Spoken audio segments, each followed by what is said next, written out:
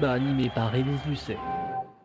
Bonjour, j'ai invité Alain Bauer pour son dictionnaire amoureux de la franc-maçonnerie et Alain Mabankou pour Demain, j'aurai 20 ans.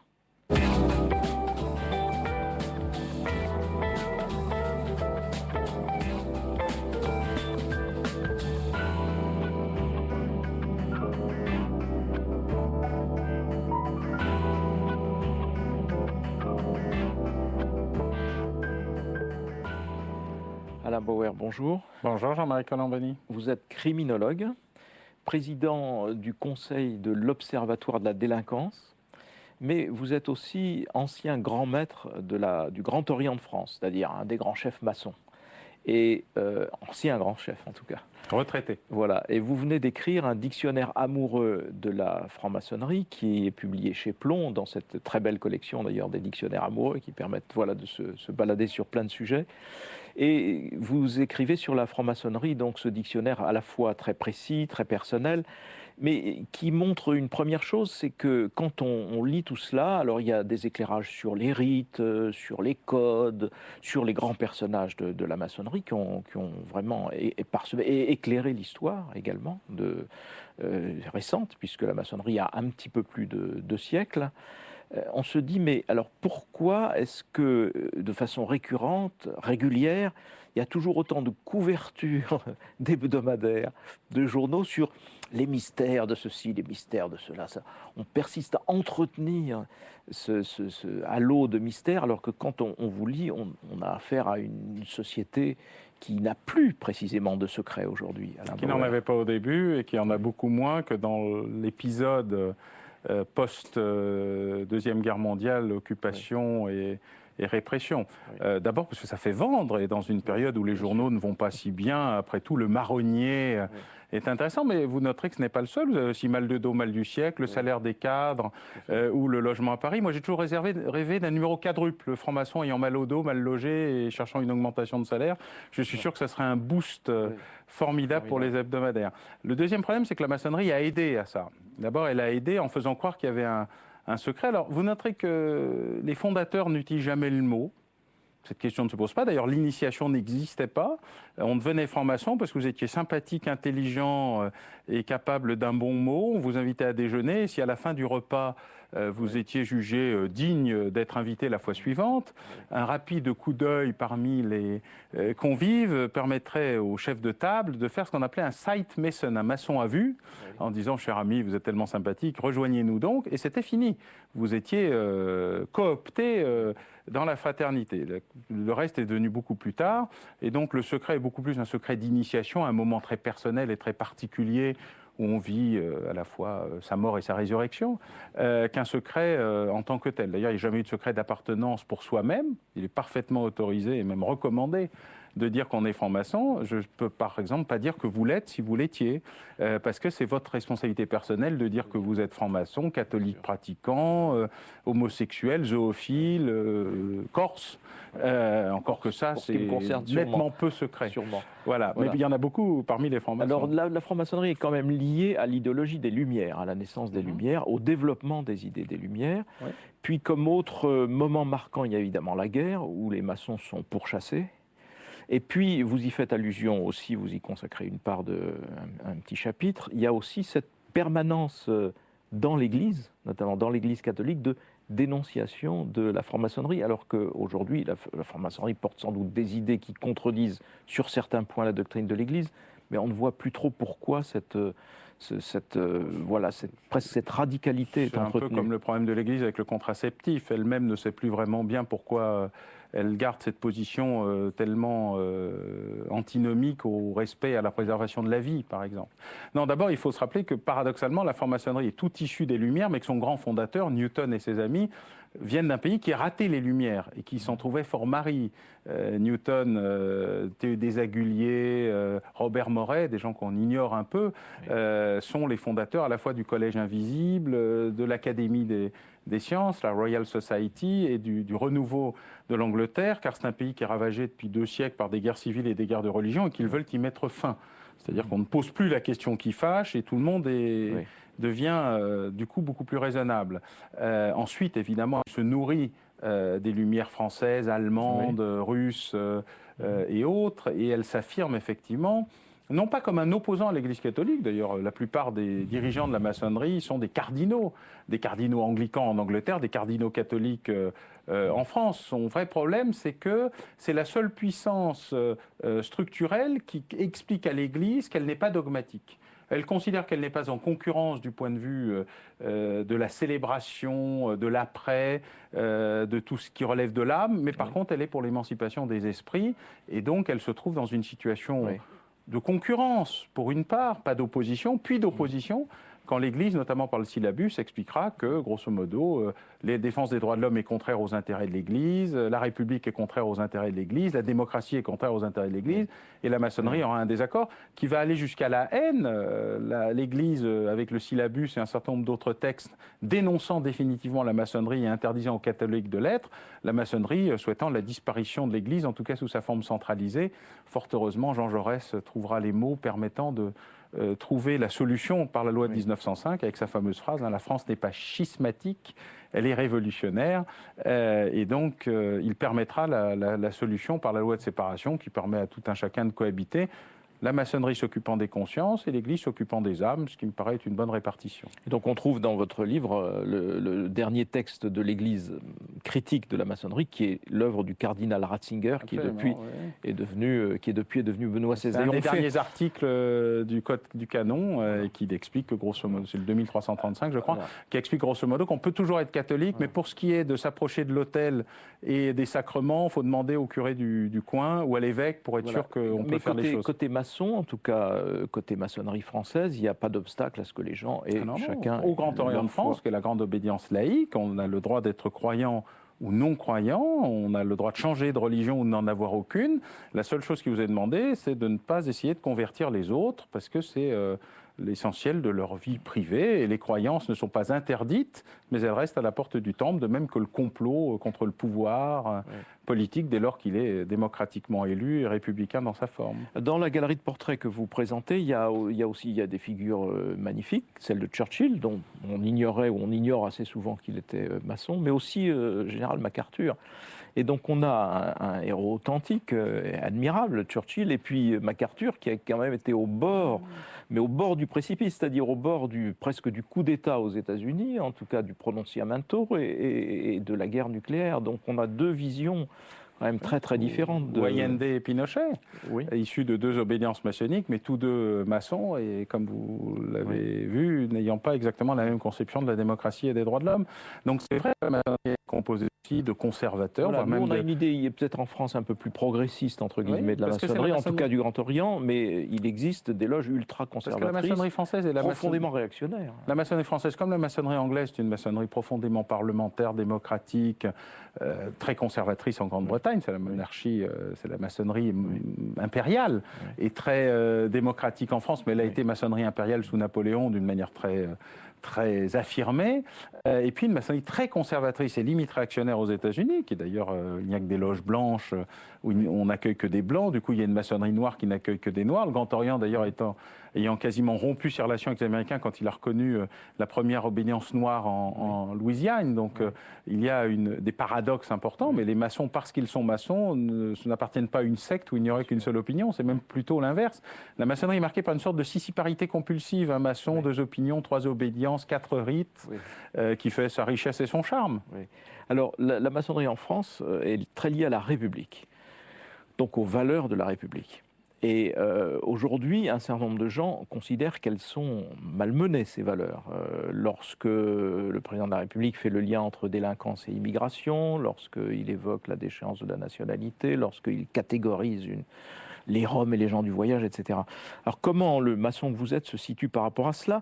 La question est en double, parce qu'en même temps, vous êtes vous-même impliqué dans l'Observatoire de la délinquance, et vous êtes vous-même donc proche de Nicolas Sarkozy, après avoir été politiquement proche de Michel Rocard, rocardien historique même, presque, rocardien historique, socialiste, etc.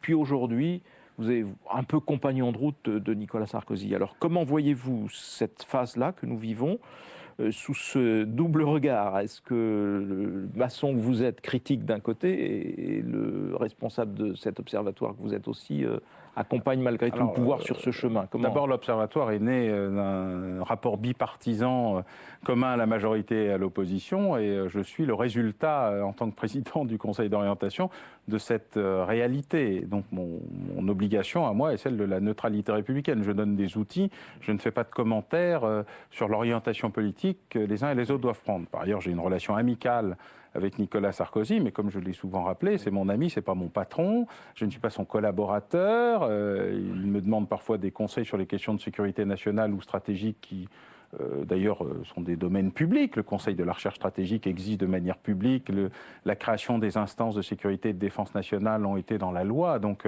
il n'y a pas là de grands secrets, et ce qui nous amène à avoir sur plein de sujets, de temps en temps, des divergences, voire même des accords. La seule chose que je fais, c'est que nous sommes mis d'accord avec Nicolas Sarkozy au moment où il était ministre de l'Intérieur sur un principe qui était ni mensonge ni coup bas. Je ne mentirai jamais pour lui faire plaisir et je ne dirai jamais publiquement quelque chose qu'il n'aura pas eu le temps de savoir à titre privé avant et d'être préparé éventuellement à y répondre si la question s'était posée. Ce principe a été respecté de part et d'autre depuis 8 ans et donc il n'y a pas de difficulté majeure. On peut parfaitement exprimer une distance critique et même très critique avec le président de la République sur un certain nombre de sujets sans sombrer dans le sectarisme théologique visant à considérer qu'il est le représentant local d'Adolf Hitler. La phrase de Julien Drey de ce point de vue est extrêmement juste. On peut critiquer beaucoup de choses, y compris le discours de Grenoble, ce que je n'ai pas manqué de faire, mais on n'est pas obligé de tout théologiser. Or, si vous prenez par exemple la déchéance de nationalité, moi je suis constitutionnaliste de formation, elle existe depuis toujours dans le droit français, c'est pas lui qui l'a inventé. Les gouvernements de toutes les couleurs ont conservé ce dispositif, il a été modifié en 93 et en 98. On peut discuter de savoir si cette modification était légitime ou pas, s'il faut qu'un criminel récemment naturalisé doive rester français ou pas. Je rappelle que Nicolas Sarkozy, à juste titre et sous les louanges générales, avait supprimé ce qu'on appelait la double peine, c'est-à-dire qu'une fois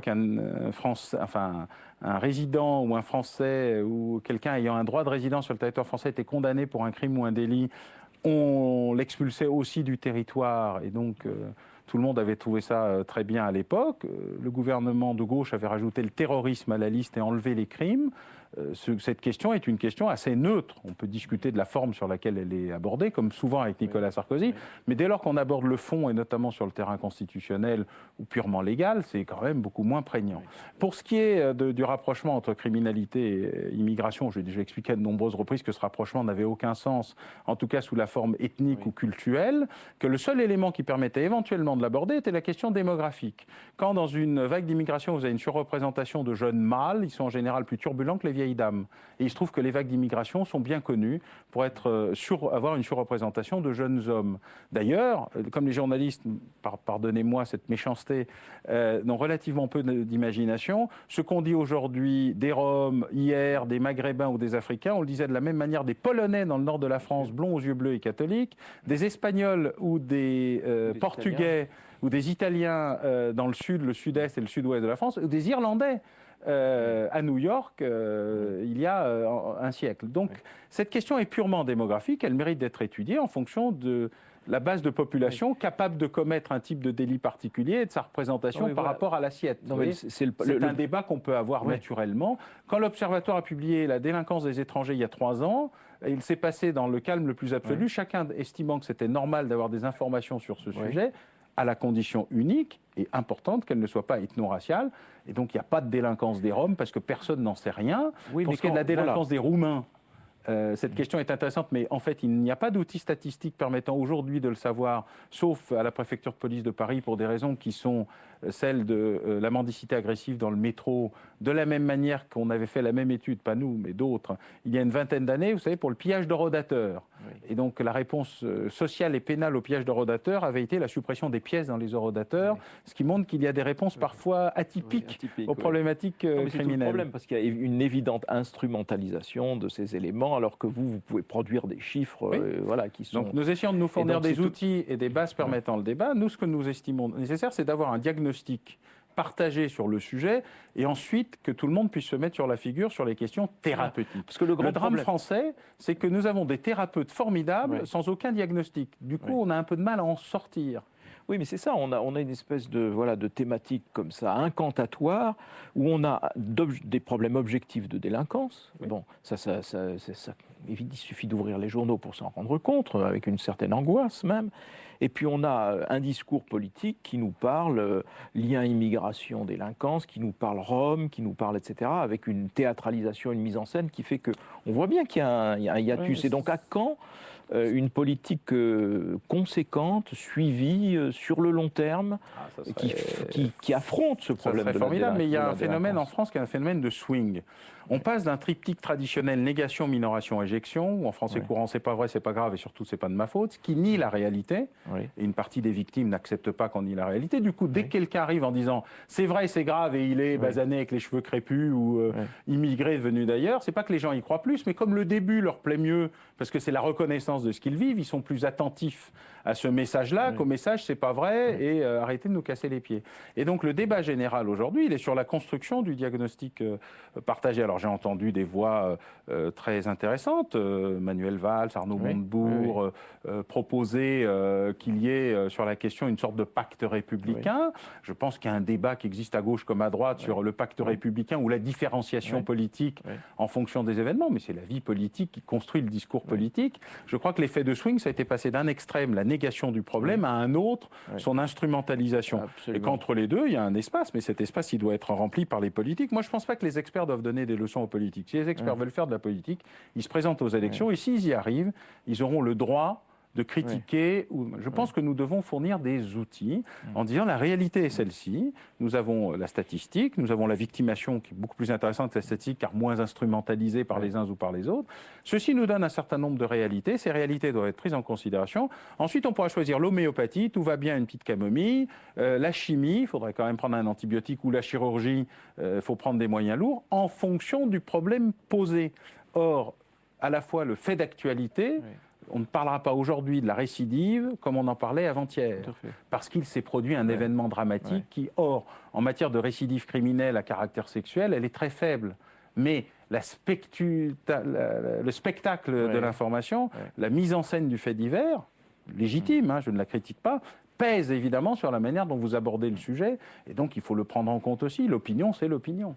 Juste un mot pour conclure, vous me direz, je ne vais pas vous laisser le temps de répondre, mais on a évoqué tout à l'heure les positions de l'Église. En l'espèce, l'Église, sur les derniers événements, m'a paru, par les prises de parole de certains évêques, excessives pour certaines, mais néanmoins défendre les valeurs républicaines, et on n'a pas trop entendu de voix du côté du Grand Orient ou d'autres obédiences maçonniques pour prendre la parole sur ces mêmes thèmes. Alors, le Grand Orient a pris position, son précédent grand maître Pierre Lambicki, qui terminait son mandat, a pris une position assez ferme sur la question, qu'il a d'ailleurs transmise au président de la République. Et puis, je pense que c'est simplement la gestion médiatique du communiqué de presse est parfois aléatoire. Bien, on va vous laisser sur cette note. Merci Alain Bauer. Je rappelle donc que vous êtes, alors en tant qu'ancien grand maître du Grand Orient de France, l'auteur de ce dictionnaire amoureux de la franc-maçonnerie et que vous êtes par ailleurs un grand spécialiste des questions de sécurité et de délinquance dans le pays. Merci Alain Bauer. Merci.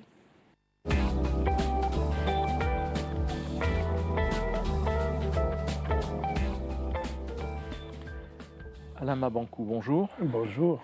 Vous êtes l'auteur d'un roman intitulé « Demain j'aurai 20 ans », édité chez Gallimard. C'est votre 8e roman. Et c'est un roman qui se place du point de vue d'un enfant. C'est au fond comment un enfant en République du Congo découvre la vie. Mais avant de venir à votre roman, je voudrais dire un mot de vous-même, parce que c'est votre 8e roman, donc vous êtes un auteur consacré déjà, et vous enseignez la littérature francophone aux États-Unis. Quel a été votre parcours, votre cheminement? Je pense que ce parcours a été, j'allais dire, paradoxal. J'ai commencé par faire des études de droit ici en France, à l'Université de Paris Dauphine. Et d'ailleurs, à l'époque, j'avais même pour prof d'économie les Raymond Barre. On avait les François Desvirieux qui, à l'époque, faisaient l'heure de vérité. Ils étaient tous, François Desvirieux. voilà, ils étaient tous des professeurs à l'Université Paris-Dauphine. Après avoir fait le droit, donc, je suis resté en France où j'ai travaillé pendant une dizaine d'années à Suez. À l'époque, ça s'appelait la Lyonnaise des Eaux, puisqu'ayant fait du droit, j'ai travaillé là-bas pendant une dizaine d'années. Donc, parallèlement, en écrivant des romans, j'ai été traduit aux États-Unis et on m'a invité pour faire des conférences. Finalement, un jour, on m'a dit, au lieu de faire des conférences, est-ce que vous ne souhaitez pas venir enseigner ici ? Moi, j'étais étonné. Je me dis, ben, c'est vrai, j'ai fait des études supérieures, mais des droits. En France, je voudrais bien être professeur de littérature, mais il y a les corporations, il faut l'agrégation et autres. Finalement, j'ai accepté puisqu'ils ont tenu des arguments du style, ben, écoutez, Toni Morrison est un écrivain, c'est un prof. Nabokov était écrivain, c'était un prof. Édouard Glissant, Maryse Condé. Finalement, j'ai cédé à cette tentation d'aller aux États-Unis où j'enseigne depuis 8 ans. Alors on dira un petit mot peut-être tout à l'heure de la littérature francophone, celle que vous enseignez, comment vous présentez les choses à vos étudiants, mais on va venir à votre roman, donc demain j'aurai 20 ans. Ce qui est intéressant, c'est qu'il se situe dans l'Afrique des années 70. On ne le sait pas encore à l'époque, mais c'est probablement l'apogée de la grande coupure entre l'Est et l'Ouest, et il y a toute une partie de l'Afrique qui s'est convertie au marxisme-léninisme. Oui. Et au fond, c'est la toile de fond de ce que vous racontez, c'est ça. Parce que c'est un livre très très sérieux, en fait, sous des dehors tout à fait charmants, drôles, agréables, parce que, encore une fois, tout est vu à travers le prisme du regard d'un enfant. Oui, j'étais parfois étonné de voir que les années 70, 80 étaient totalement absentes même de la littérature africaine. Comme si les écrivains africains avaient un peu la timidité de parler du quotidien de l'Afrique et se réfugier dans une Afrique mythique, alors que la population demandait qu'on règle les problèmes du présent. Or, les années 70-80 en Afrique ont été les années turbulentes. En dressant le portrait d'une famille congolaise à l'intérieur de l'Afrique, j'ai voulu mettre un petit Africain qui regarde pas seulement les coutumes africaines, mais qui regarde le monde. C'est pour cela que, parallèlement à la vie quotidienne, on voit passer les événements de cette époque, dont certains, très proches même de la France, comme la loi Veil qu'on allait voter à l'époque avec l'avortement, l'histoire, par exemple, des diamants de Bokassa et Giscard qui nous tourmentaient parce que nous, on ne comprenait pas. On se disait, mais laissez Bokassa donner des cadeaux à quelqu'un, c'est la tradition africaine de donner. Pourquoi les Français en font une affaire? Donc, vous avez raison lorsque vous dites que sous des dehors parfois joyeux, mais se cache une vérité grave qui est en bas, parce que je pense toujours que l'idée de la fable, l'idée de l'ironie devrait l'emporter sur le côté formel. Tout à fait, mais l'ironie est évidemment très présente et on sent le regard pétillant, drôle de cet enfant qui, en effet, comme vous le dites, regarde le monde, avec en même temps la dureté des temps. Il faut dire que c'est donc ce qu'on appelait à l'époque le Congo-Brazza. Le Congo-Brazza. C'est-à-dire dans la capitale est Brazzaville, parce qu'aujourd'hui le Zaïre se réappelle le Congo, mais ce sont des années très très dures, je veux dire, vraiment où on voit bien que les individus peuvent être broyés par... voilà, on implante des systèmes et puis on s'aperçoit que ces systèmes sont au fond, deviennent assez vite des dictatures. Voilà, et certaines scènes aujourd'hui que vous racontez, le seul endroit où on pourrait les répliquer au fond, où elles se répliquent d'ailleurs probablement, c'est la Corée du Nord aujourd'hui. Tout à fait. Et c'était des années dures quand même. Les dictateurs avaient cette habileté de pouvoir un peu cacher les affres de la dictature. On donnait l'impression qu'il y avait un père de la nation. Donc au Congo-Kinshasa, par exemple, en face, c'était Mobutu Sese Seko.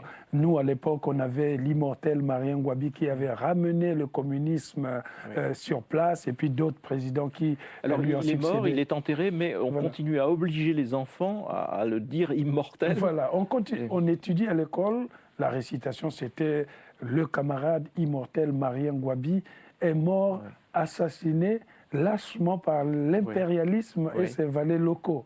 Donc c'était des terminaisons purement de bourrage de crâne, comme on appelait après. Mais paradoxalement aussi, c'est le moment de liesse. Parce que dans les années 74, on a le grand combat de Mohamed Ali et Forman qui se passe au Zaïre.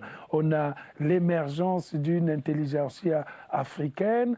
Mais la dictature est là qui a remplacé la colonisation. On pensait que l'indépendance arrivait, nous serions libres, mais en fait, on allait faire face à une autre sorte de discours colonial. Alors vous racontez une scène parmi d'autres en classe où on demande aux enfants au fond de réciter. Alors il y a un des élèves qui dit pionnier, la classe répond servir.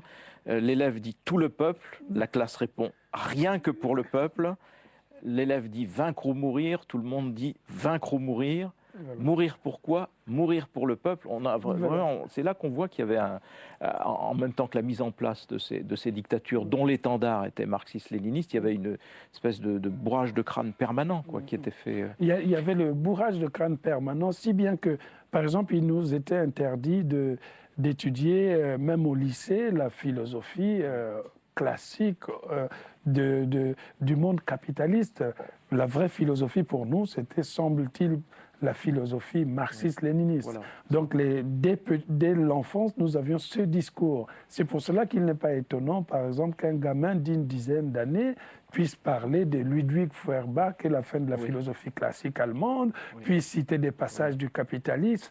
Pour les Européens, ils vont dire « mais c'est prématuré ». Mais le dictateur, lui, il a compris que le peuple doit pour attaquer le peuple, il faut commencer depuis l'enfance. L'enfant doit parler comme un adulte. Donc il y a eu une maturité telle que lorsque je suis arrivé en France à 20 ans, j'avais l'impression que mes camarades de classe à la fac, c'est vrai qu'ils connaissaient les Descartes, qu'ils connaissaient les Foucault, qu'ils connaissaient les autres, mais du côté de la philosophie marxiste-léniniste, j'étais comme la référence. Qu'avait dit Karl Marx? Qu'est-ce que Lénine avait écrit? Quelle était la 11e thèse de Ludwig Feuerbach qui disait « Les philosophes n'ont fait qu'interpréter le monde, maintenant il s'agit de le transformer ». Alors donc c'était totalement le bourrage de crâne. Et on oublie d'abord, cette période est très récente, et on oublie à quel point il y a eu cette imprégnation comme cela, à la fois intellectuelle et politique, qui a marqué donc des générations dont la vôtre. Quel est le regard que vous portez aujourd'hui sur par exemple sur le Congo-Brazza aujourd'hui, ou sur ce que sont devenus ces pays, dans un contexte où on voit bien que l'Afrique bouge, l'Afrique est en complète émergence, avec des côtés évidemment chaotiques et tragiques dans certains endroits, mais comment voyez-vous les choses? Je vois les choses quand même avec un optimisme, même si le tableau qu'on nous présente, quand on voit les années 90, c'était les années terribles en Afrique, ce sont les années des guerres civiles. Ce sont les années du génocide, le dernier du 21e siècle avec le Rwanda en 1994. La démocratie n'existant pas, c'était le chaos total. Mais je pense qu'au fur et à mesure que nous sommes en train de prendre conscience de cette situation de déliquescence africaine, beaucoup d'intellectuels sont en train de se questionner sur l'avenir de l'Afrique. Et moi, je pense que cet avenir doit se fonder sur les rencontres, l'ouverture de l'Afrique, et non se recroqueviller dans un passé qui n'est pas forcément un gage pour l'avenir. Donc je suis à la fois optimiste, mais je sais que les erreurs sont toujours là, parce qu'il manque encore une grande dose de démocratie en Afrique. On va nous faire dire, oui, mais l'Afrique est dirigée par un président, ceci, mais ce n'est pas la conception du pouvoir même traditionnel. C'est vrai que le pouvoir reposait sur un chef traditionnel, mais il y avait une forme de démocratie que peut-être certains dirigeants n'ont pas pris.